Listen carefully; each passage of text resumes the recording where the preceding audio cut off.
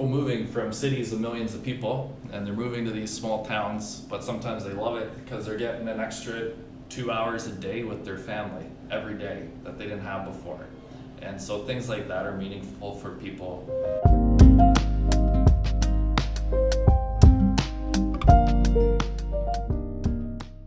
Hello everybody, welcome back to the PVLIP podcast. I'm your host, Osed Zeri, and today's episode is a little bit different. We actually have another host with us today, Braden. Hello, my name is Braden Thiessen. I'm from Winkler and I working with Osed today. It's going to be pretty cool. Today's special guest is Steve Reynolds, who is the Executive Director here at Regional Connections. Welcome, Steve. Thanks for joining us today. So just to kind of introduce yourself, where you're from, how long you've been working at Regional Connections, and what's your role? Yeah, my name is Steve. I'm here at Regional Connections as the Executive Director. And I've been in this role for 3 years now here. And I've been with Regional Connections since 2007. So for quite a while. And I live in the Pembina Valley here. I live near Plum Coulee between Winkler and Altona. And I have 3 kids at home. And my wife, and this job and the work at Regional Connections has been a big part of my life for the last 14 years now.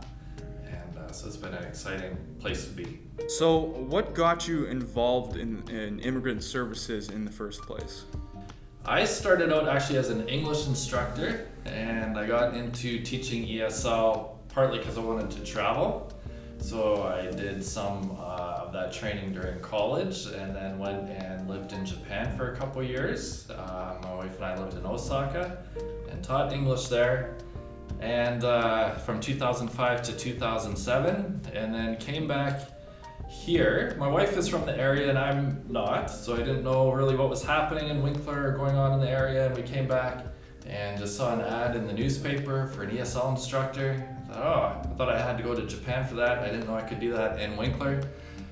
So I got a job, and that was with the English at Work program, which became part of Regional Connections later, and started to get to know some newcomers in the community and workplaces that were employing them in the community. And back then in 2007, kind of numbers-wise, things were just really starting to pick up and sort of become more visible in the community. More people were arriving each year. So it was still new. A lot of this stuff was new for us as an organization, and the programs were still new, and for the community it was relatively new.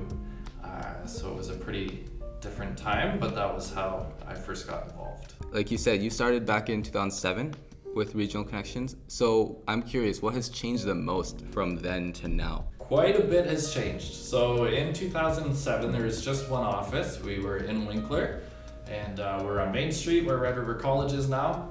And there were 2 staff offices and 1 classroom, and that was it. A lot of stuff, we had English classes like in the high school in the evening and in some church basements and things like that. There's English at Work happening at some employers around. But it was still pretty early as far as the program development and the number of people we were working with. But not long after that, we started providing services in Morden, and then a couple years later also in Altona, as newcomers were arriving to those communities more and more. So settlement services like Regional Connections basically follow the people. So if there's newcomers arriving and some services are needed, then we try to help meet those needs. And there's been lots of building moves as things grew and we needed more space in each community. So that changed over time, and adding staff. And another big thing that changed over time is just the diversity of people arriving. So this kind of recent trend of immigration started in 1998 in Winkler with the Manitoba Provincial Nominee Program. It's been a very successful program, and it started in 1998, and one of the pilot sites was in Winkler. There were jobs available in Winkler. One of the source countries the province was looking to recruit people from was Germany. There's a good job skills match, and they thought the kind of language and cultural match with Winkler and people who could speak German and things like that was good. So 50 families came from Germany that first year to Winkler, and things picked up over time and diversified over time. But still, for that first almost 20 years, the number one source country for Regional Connections was Germany. And just now, the last 3 years, Philippines and India have been the largest client groups. And overall, the diversity of clients has really increased, and we've worked with people from over 130 different countries now who speak 35 different first languages. So it's more diversity than you see at the Winter Olympics. And now living in the Pema Valley, so that's been pretty cool. PVLIP's main goal is to promote welcoming and inclusive communities. So how would you define a welcoming and inclusive community? I think a welcoming and inclusive community, first of all, is welcoming and inclusive for everybody. Diversity can look very different. There's cultural diversity, there's people from all kinds of backgrounds, all kinds of different people in a community, and the goal is definitely for it to be welcoming and inclusive for everybody who's here. And that's one of the benefits of PVLIP. When we focus on it from a newcomer perspective, any changes or progress or growth we have locally that benefits newcomers is often going to benefit everybody as well, so that anybody will be more included and feel more welcomed and more part of the community. Why do you think the Pembina Valley specifically is a great place just to live in general? I think it's a good place, and I've felt this for my family, and a lot of newcomers talk to us about it being a great place to raise family.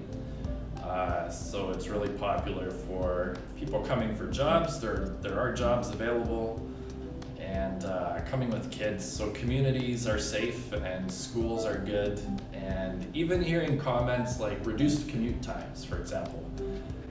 People moving from cities of millions of people, and they're moving to these small towns, but sometimes they love it because they're getting an extra 2 hours a day with their family every day that they didn't have before. And so things like that are meaningful for people. Things like kids being able to play on the front lawn or ride their bikes down the street and go to a park. There's people from lots of countries where they couldn't do that in the neighborhoods they were living in and the cities they were living in. So they really appreciate that, and the good schools as well. So over the course that you've spent with Regional Connections, what have you learned the most? Some of the unique advantages of immigrating to Canada and living in Canada, and hearing different people's migration stories, and that it really is, there's a lot of potential and a lot of positive things. Things aren't perfect at all, but there's a lot of positives about moving here and starting a life here, and a lot of things people appreciate. And it's been interesting to hear those different things. For example, I had one student, this was her second migration with her family. And the first time they had immigrated to another country, she said they lived there about 10 years and were never really accepted in the community because they were foreigners, they were from another country. Her daughter was school age and had a really hard time making friends, was kind of never accepted.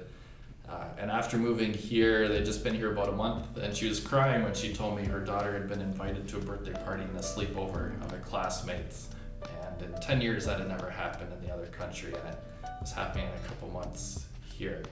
So lots of cool stories like that, as well as kind of all the work to do. We're always trying to do work to make things better, but hearing those stories from people have been one of the best parts. All right, thank you very much for listening to this episode. So this episode is a little bit different. We have it split into 2 parts. So stay tuned for the second part. We really hope you listen to it because this one is a very special episode with a very special guest. So yeah, stay tuned and have a great day.